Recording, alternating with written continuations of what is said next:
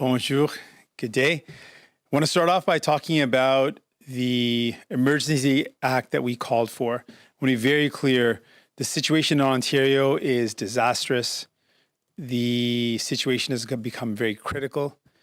We have heard from healthcare workers who are at the brink. They are seeing entire families being admitted into the ICU units. We know that we're getting to a point where doctors are having to decide who gets access to a ventilator based on who is more likely to survive. Things are very serious. And that's why we called for Justin Trudeau to declare a public welfare emergency and use the Emergencies Act specifically for getting the vaccine to the people who need it most and to improve access to paid sick leave. These are fundamental and vital, and we need to do them immediately to save lives. Secondly, I want to talk about the budget. There are things there that we wanted to see that are not, including a tax on the ultra-rich, making sure we move forward with pharmacare, and another number of other measures. But there's some things there that we fought for a long time. We wanted childcare, and we campaigned on it previously in 2015 and 2019. We want a universal, affordable, accessible childcare. And we campaigned on increasing the federal minimum wage. In 2015, the Liberals were opposed to it and campaigned hard against it and now have come around. But here's the thing. If the Liberals actually want to do this, let's get it done. We're ready. What's the next step? What's the legislation required? If you want to actually do this, we are more than ready. Let's start setting timelines. Let's look at the legislative schedule. We are going to pass any legislation to get the minimum wage raised right away. Let's make that happen. There's no reason to wait. The Liberals have promised to do this by the end of 2020. We're halfway through 2021. What's the delay? If there's legislation needed, we can do it. On childcare, the same thing. Any legislation needed to pass a universal, accessible, affordable childcare, we are there. Let's do this. Let's get it done. Donc, je vais commencer en parlant un peu de la situation en Ontario. C'est une crise urgente. La situation est désastreuse et on doit agir dès maintenant. Ça, c'est pourquoi on a exigé le gouvernement libéral et le Premier ministre de déclarer une urgence de bien-être et d'utiliser la loi sur les mesures d'urgence pour mettre en œuvre des actions immédiates pour aider les gens. Ça veut dire s'assurer les gens qui en ont le plus besoin des vaccins reçoivent le vaccin le plus rapide possible. Et deuxièmement, qu'on améliore l'accès aux congés de maladie payés pour s'assurer que les travailleurs et travailleuses peuvent rester chez eux, ont le temps pour être vaccinés. C'est une situation, c'est urgente et on doit agir de maintenant. Deuxièmement, je veux parler du budget. Il y a quelque chose qui n'est pas là, qu'on a voulu voir, comme une taxe sur les ultra-riches, un plan pour aller de l'avant avec l'assurance médicaments universelle et entièrement publique. Mais il y a quelque chose là qui sont exactement ce qu'on a proposé dans le passé. On a déjà proposé l'idée d'augmenter le salaire minimum fédéral. Donc, on est là, on est d'accord. Et avec un système de garderie accessible, universel, on est aussi d'accord. On a promis de faire ça dans nos anciennes campagnes. Donc, ce qu'on propose maintenant, qu'est-ce qu'on entend? On peut le faire tout de suite. C'est quoi les prochaines étapes? Si on a besoin de passer des projets de loi pour aller de l'avant avec un système de garderie universel à travers le pays, on est prêt. Qu'est-ce qu'on doit faire? On est là pour faire passer ces lois. Si on veut augmenter vraiment, si le libéral veut vraiment augmenter le salaire minimum, c'est quoi la prochaine étape? Est-ce qu'ils ont besoin de nous pour passer un projet de loi? Est-ce qu'ils peuvent le faire avec le cabinet? N'importe quoi, avec ces deux choses qu'on a déjà promis dans nos anciennes campagnes, on veut aller de l'avant, on va le faire tout de suite. Donc, c'est quoi les timelines, c'est quoi les deadlines? On est là pour le faire. Merci beaucoup. Thank you very much. Those are my opening comments. Ready for your questions. Je suis prêt pour vos questions. On va donc passer à la période de questions. Un petit rappel, une question de suivi. One question, one follow-up. Opérateur, voilà une première question. Thank you. Merci. Please press star one at this time if you have a question. S'il vous plaît, appuyez sur étoile 1 maintenant pour poser une question. There will be a brief pause while the participant register for questions. Il y aura un court délai pour permettre de vous enregistrer dans la file d'attente pour la période de questions. La première question, the first question is from Catherine Lévesque, La Presse canadienne. Please go ahead, your line is open. Votre ligne est ouverte. Bonjour, M. Singh. Est-ce que votre parti a décidé comment il allait voter pour le sous-amendement du Bloc, l'amendement des conservateurs et le budget fédéral en tant que tel dans les prochains jours? Et si oui, pouvez-vous nous dire quelles sont vos décisions comme caucus? Merci. OK. Est-ce que vous pouvez répéter la question? Je comprends en général, ça touche l'amendement et le sous-amendement proposé par le Bloc, mais est-ce que vous pouvez le répéter, s'il vous plaît? Oui, j'aimerais juste savoir comment le NPD va voter sur le sous-amendement du Bloc. Le vote a lieu aujourd'hui. L'amendement du Parti conservateur sur le budget et sur le budget, le vote aura lieu lundi prochain. OK, d'accord. Donc, avec les amendements, ce qu'on a dit comme parti et comme chef, c'est le fait que ce n'est pas le temps de déclencher une élection. J'étais ferme sur cette question et je vais continuer d'être ferme. On a déjà vu la réponse des Canadiens et Canadiennes quand ils étaient posés la question et ils ont dit que ça va être injuste et aussi pas sécuritaire d'avoir une élection. Donc, on va voter effectivement contre l'idée d'avoir une élection parce que le gouvernement libéral a choisi de dire que c'est un vote de confiance. Donc, on va voter contre une élection. On appuie le concept, le principe du sous-amendement. Donc, on va avoir quelques-uns de nos députés qui vont l'appuyer pour montrer que oui, on est d'accord avec l'idée, mais on n'est pas d'accord avec l'idée de déclencher une élection. OK, merci. Je dois le répéter en anglais et puis votre CV. Oui, donnez-moi un instant, s'il vous plaît. So, with respect to how we're voting, we have been very clear and I've been very firm on this point that Canadians have said as well that having an election right now would be unfair and unsafe to them. And I agree. And so I will not be in any way triggering an election because the Liberals have said that this is a confidence vote. So I will not be voting for an election. I will be voting against having an election. I wanted that to be very clear. We do support the sub-amendment proposed by the Bloc, so we'll have a couple of our members supporting that sub-amendment to indicate that we do agree with the principles, but we do not believe it is a right thing to do. In fact, it's the wrong thing to do to have an election right now. It would be irresponsible to trigger an election when we're in the midst of a third wave. When I just said we need to declare a public health emergency to save lives in Ontario, there's no way I would ever trigger an election right now. Et puis votre suivi, merci beaucoup.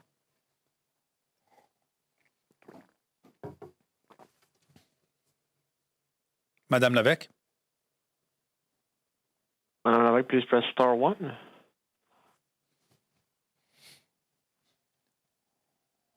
Your line is open, Ms. Lévesque.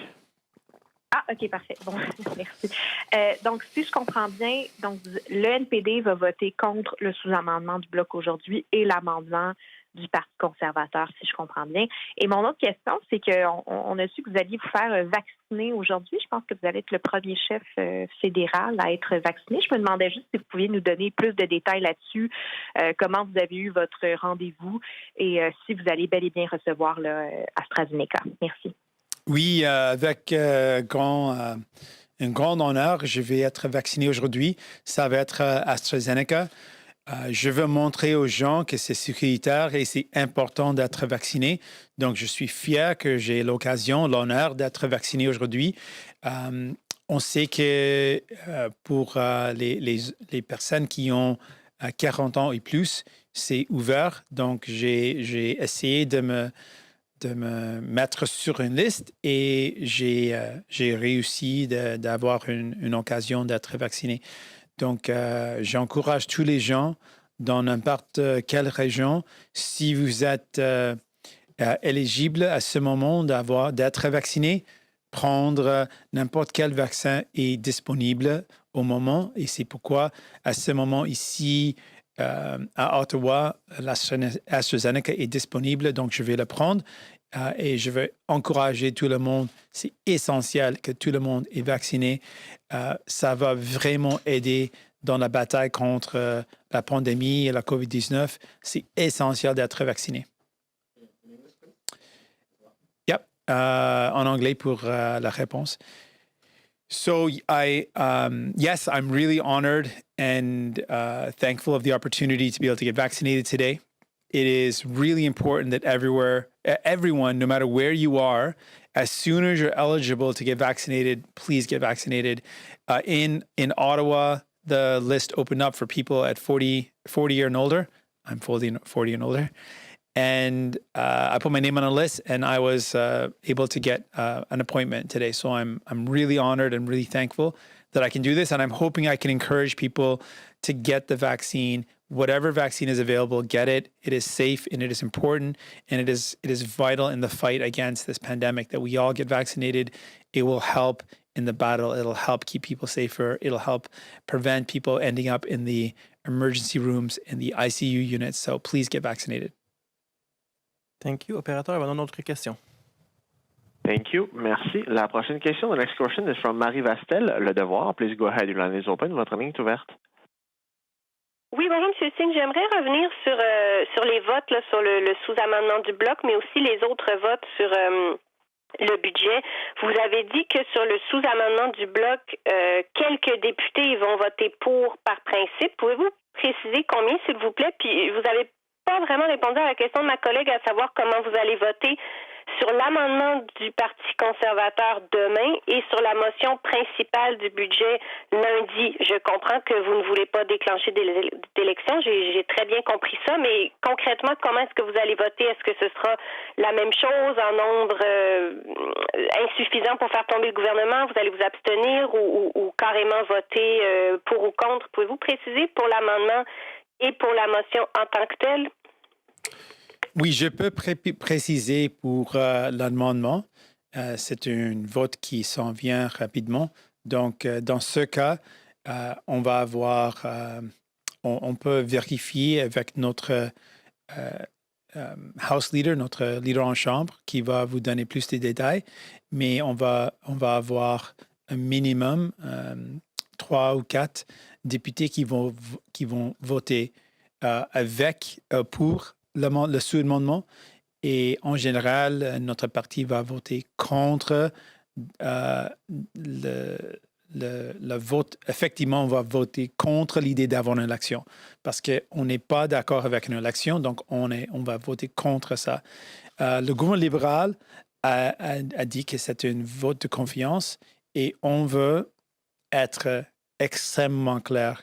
Les Canadiennes ont dit, dans cette troisième vague, où plusieurs personnes tombent malades, où les hôpitaux sont pleins de gens, où les travailleurs de première ligne sont désespérés à ce moment. C'est une erreur de déclencher une élection et je suis ferme sur ce point. Donc, on ne va pas déclencher une élection. Moi, comme chef et mon parti, on ne va pas déclencher une élection. Merci. Vous n'avez toujours pas répondu, donc je vais reposer la question pour la troisième fois. Comment est-ce que vous allez voter sur l'amendement des conservateurs et sur la motion du budget en soi? Donc, j'ai dit clairement qu'on va voter contre la motion du conservateur. Ça, c'est quelque chose qui s'en vient. Et on garde notre étape exacte pour le budget, mais je peux encore répéter qu'on ne va pas déclencher une élection. On ne veut pas la faire, on ne va pas la faire. Excusez, ça veut dire quoi? On garde une étape exacte sur le budget? Je ne comprends pas ce que vous dites. Vous allez voir ce qu'on fait dans quelques journées. Parfait, merci. Donc, passer aux questions en pièces. We have a first question. Hi. Mr. Singh, I just wanted to ask you about a story that our colleagues at Radio-Canada have broken. They've learned that Canada wants to set a new target for its emissions. They hope to lower emissions somewhere in the range between 40 and 45% below 2005 levels. So that's, higher than what we've said in the past, what past governments have promised in the past. Do you mind if we get your reaction to that? Do you think it goes far enough? Do you think we need to go further? Do you trust the Liberals to to meet those goals, to set them and meet them? Lots of questions in the one question, so I'll try to work my way through them. First off, we are dealing with the pandemic crisis, but we have not dealt with, or that doesn't mean that the other crises have gone away. And one of the other most major crises that we're dealing with is a climate crisis. That is an existential crisis. It is the most serious crisis that we're faced with. And the evidence and the science is clear. We have to reduce our emissions to 50% of 2005 levels. That is what we should be doing. And so I wrote a joint letter with our environmental critic, Laurel Collins, saying that the proposal of the Liberal government is not good enough. It does not achieve the goals of 50% of 2005 levels. That's what we need to be doing. Really, to put that bluntly, we have to follow the science to do our part to fight one of the biggest crises we're up against. And it is vital that we act immediately. Our planet depends on it. Our environment depends on it. And it's not just the future of our kids that depend on it. It's our present. The impacts of climate crisis are impacting us now with forest fires and flooding and other extreme weather that is impacting us right now. So we have to act, and we have to take this very seriously. New Democrats are committed to it, and that's why we wrote this letter to say that the proposals of the Liberals are insufficient. They're not good enough right now. So we need to push for more. And I am concerned that the Liberals will set a target and not meet it. And that's why we've been saying we need better accountability. The UK has presented a really good solution around accountability, a way that'll hold governments to account when they set a target. And it has worked in the UK. It has shown to be effective in keeping governments to account and actually achieving the goals of reducing emissions. That's what we want. At the end of the day, we want results to protect our planet, to protect our environment, and to protect the present as well as the future. And if I could just get you to say that en français, s'il vous plaît. OK, oui, bien sûr. Donc, ce que le gouvernement libéral propose en tant que réduction des émissions, ce n'est pas suffisant. La preuve, la science est claire. On doit couper nos émissions en demi, effectivement, 50% des niveaux de 2005. Donc, ce que le gouvernement libéral propose, ce n'est pas suffisant. Et pour mettre la table un peu, c'est essentiel de reconnaître que oui, on a une pandémie, c'est une crise, mais ça ne veut pas dire que les autres crises sont déjà réglées. On a des autres crises, et une crise primordiale pour les gens, pour le maintenant et aussi pour le futur, pour notre planète, pour notre climat, pour l'environnement, c'est la crise climatique. Et on doit agir. On doit agir comment on veut vraiment gagner la bataille. On doit gagner la bataille. On a besoin de la gagner. Nos vies et la vie de notre planète se dépend. Donc, on a écrit une lettre avec ma porte-parole pour l'environnement, Laurel Collins, députée de Victoria, et on a dit qu'on doit être plus audacieux et on doit suivre la science. Ça veut dire avoir une cible de 50% de 2005 des niveaux d'émissions de gaz à effet de serre. Mr. Singh, just coming back to the budget, does the NDP intend to propose any amendments? And then just what do you think about the Liberals making these amendment votes confidence votes? Do you think that's the right strategy? I really wanted to mention this, and I forgot to, so I appreciate the question. The fact that the Liberals are making these amendment votes into confidence motion votes is unprecedented. I'm not sure that's happened in recent history, but I certainly can tell you what it does show us is that the Liberals are looking for an excuse to go to an election. In a minority government, making amendments to the budget is pretty normal. It's pretty understandable that's what would happen. The fact that they are making that a confidence vote and not just the budget itself, which is, of course, a confidence vote, but they're making amendments as well, is a clear indication on top of a whole bunch of other indications that this Liberal government and Justin Trudeau are looking for an excuse to go to an election. They're looking for one. And that should be very clear. We are not going to give them one. That should also be clear. And I forgot the first part of your question. Any amendments that you yes. propose, which would probably be confidence votes? Well, as we stated before, we don't want to trigger an election. That is not my goal. So we've laid out the things that we want to see and the things that we want to do. We want to see a tax on extreme wealth. We wanted to see pharmacare move forward, universal public pharmacare for all. But what we're challenging the Liberal government now is if they're serious about getting childcare done, we've been campaigning on that. We agree with that. That's great. Let's get it done. What's the timeline? What are the deadlines? We're going to focus on actually getting some of these things done. Is this just an pre-election stunt, or do they really mean it?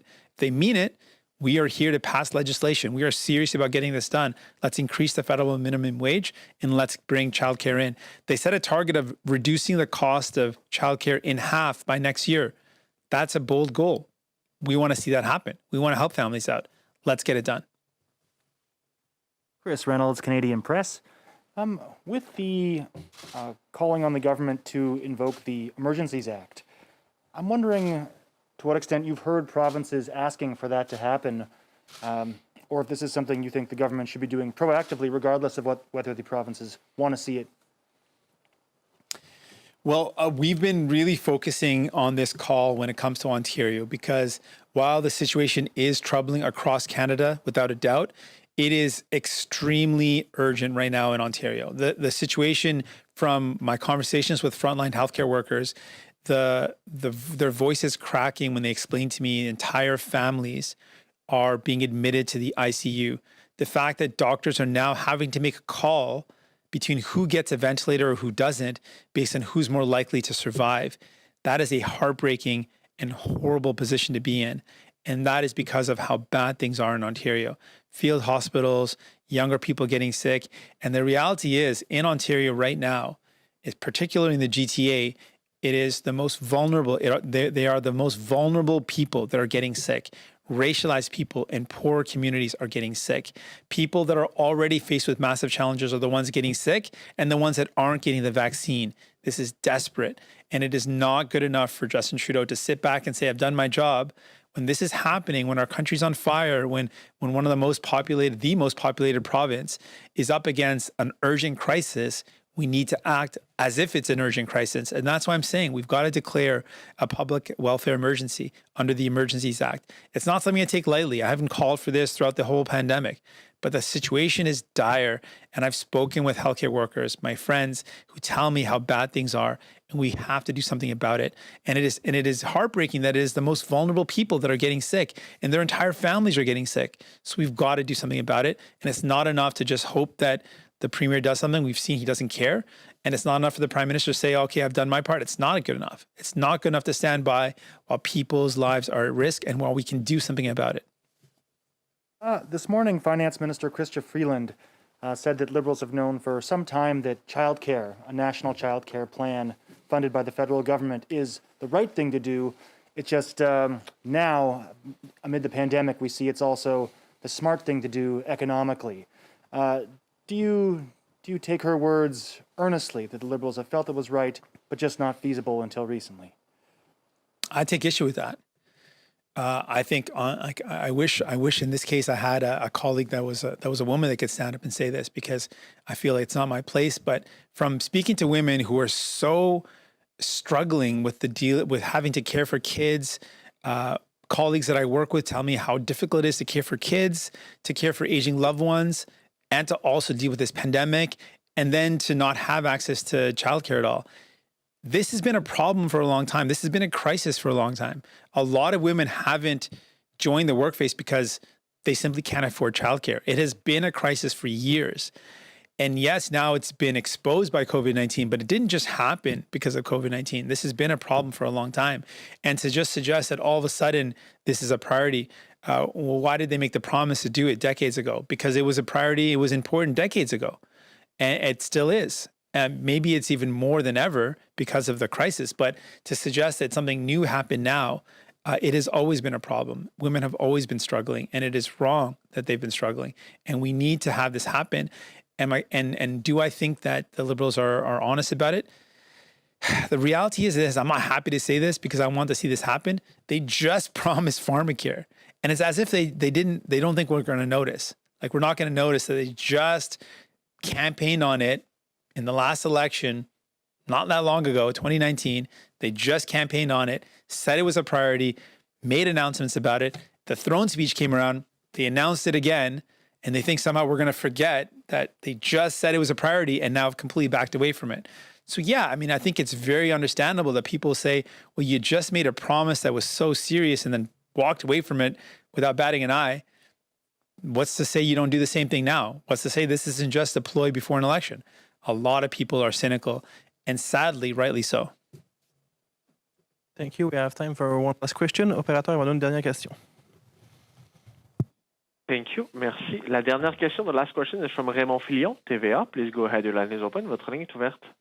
Merci. Bonjour, M. Singh. Bonjour. Est-ce que le gouvernement fédéral devrait recourir à la loi sur les mesures d'urgence pour interdire les voyages entre les provinces, selon vous? C'est une question soulevée à quelques reprises.